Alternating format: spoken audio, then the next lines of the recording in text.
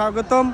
তো আজকে একটি মামলা নিয়ে আপনাদের সাথে আলোচনা করব। আপনারা জানেন যে 17 জুলাই 2025 সালে গোপালগঞ্জে এনসিপির যে মিটিং সেটিকে কেন্দ্র করে কিন্তু আওয়ামী লীগপন্থী এবং এনসিপি সহ পুলিশের সঙ্গে একটা ধাওয়া পাল্টা দেওয়া হয় এবং সেটিকে কেন্দ্র করে একাধিক মামলা কিন্তু রুজু হয় মাননীয় আদালতে এবং থানায়। তো সেরকম একটি মামলা আমরা জামিন করিয়েছি প্রিয় ভিয়াস।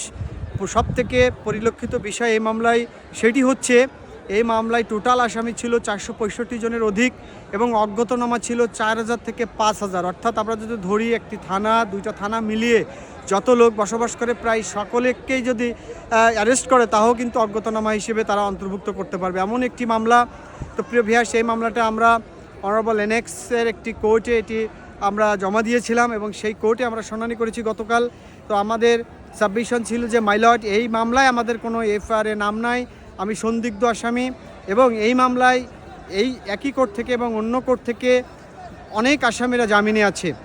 তো যেহেতু এটি 16 জুলাই 2025-এর একটি মামলা ছিল, মানে লর্ড চিফস তিনি নিজেই স্মরণ করেছিলেন, হ্যাঁ আমি এই ধরনের মামলায় আমরা জামিন দিয়েছি।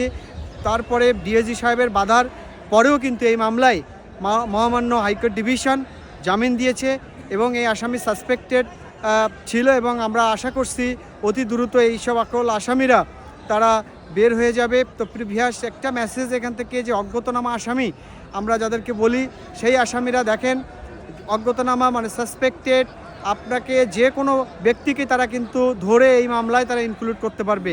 তো তেমনই ঘটনা এই গোপালগঞ্জে ঘটেছে। তো প্রিভিয়াস সকলে ভালো থাকেন, সুস্থ থাকেন। নতুন কোনো আইনি আলোচনা আপনাদের সাথে আবার দেখা হবে।